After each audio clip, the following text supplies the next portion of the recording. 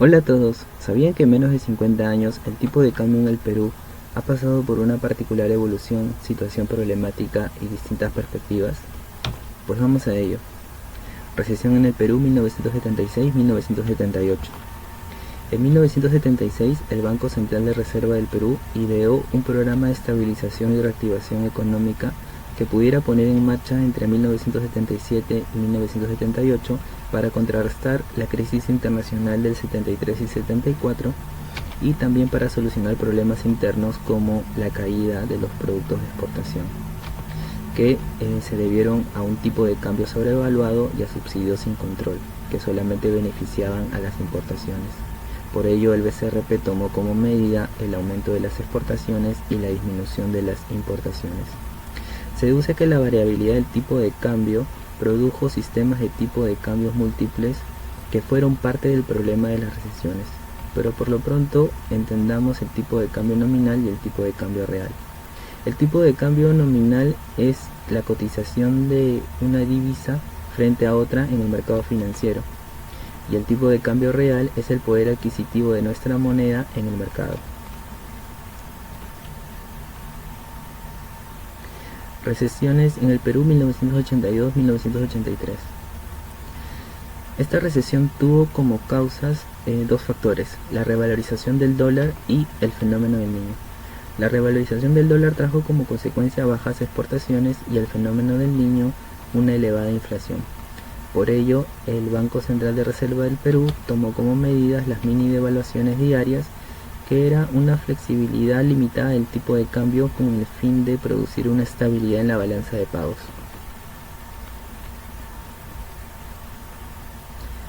Inflación en el Perú 1985-1990. En 1985 asume la presidencia Alan García con tan solo 36 años. Él va a recibir un gobierno que atravesaba una crisis inflacionaria.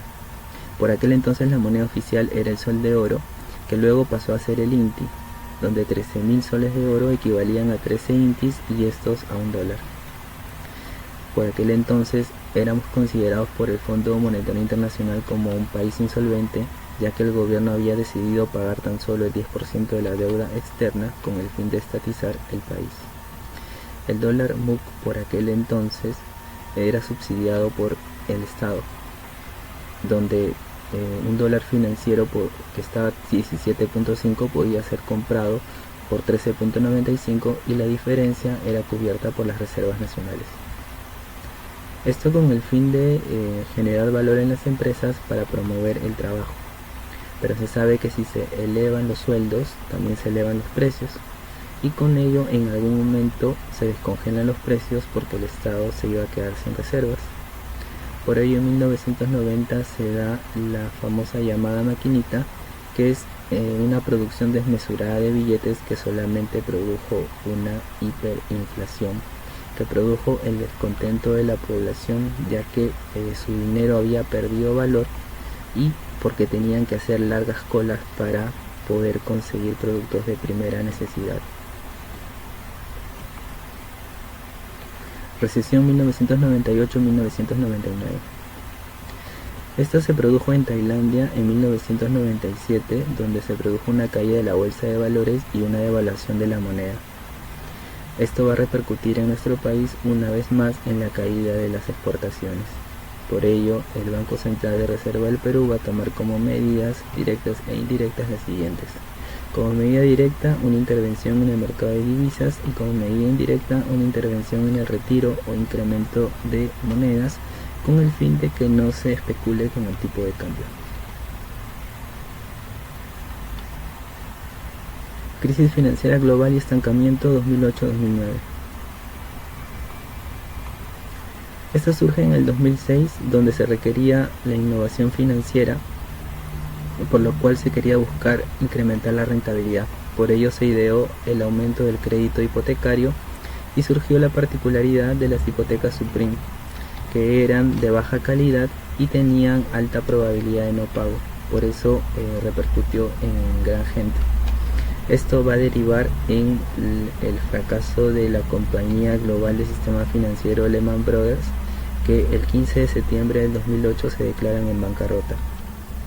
Esto va a producir una crisis internacional y el BCRP, para contrarrestar esta recesión, decide intervenir en el mercado cambiario, en las grandes reservas y propiciar la venta masiva de divisas.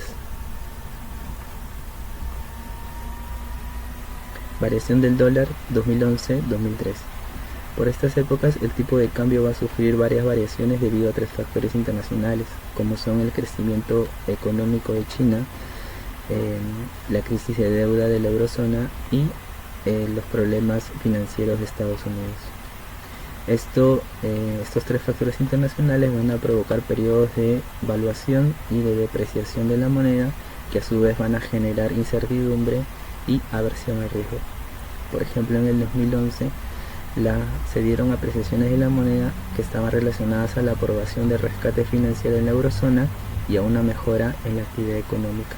Pero ese mismo año, debido a una posibilidad de la salida de la economía griega de la eurozona, se eleva la aversión al riesgo por parte de los inversionistas, lo cual va a provocar una depreciación generalizada que va a repercutir internacionalmente. En el Perú, en el año 2011, el BCRP incrementó las reservas internacionales netas con la compra de dólares, por lo cual en el año 2011 el tipo de cambio va a pasar de 2.8 a 2.69, con lo cual se generó una apreciación de la moneda en 3.9%.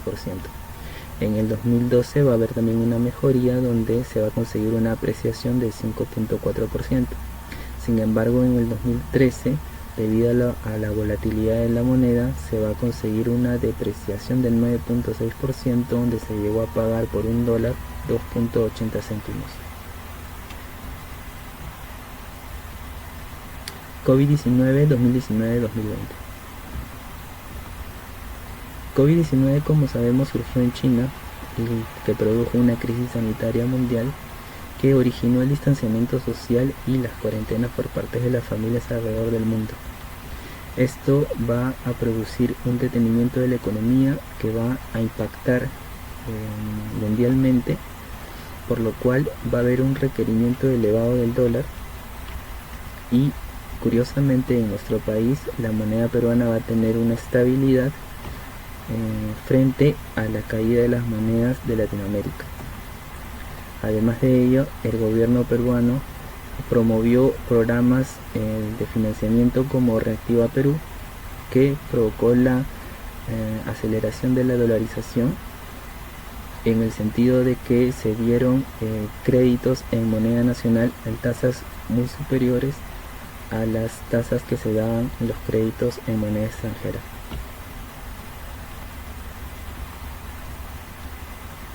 Periodo transitorio Merino-Sagasti.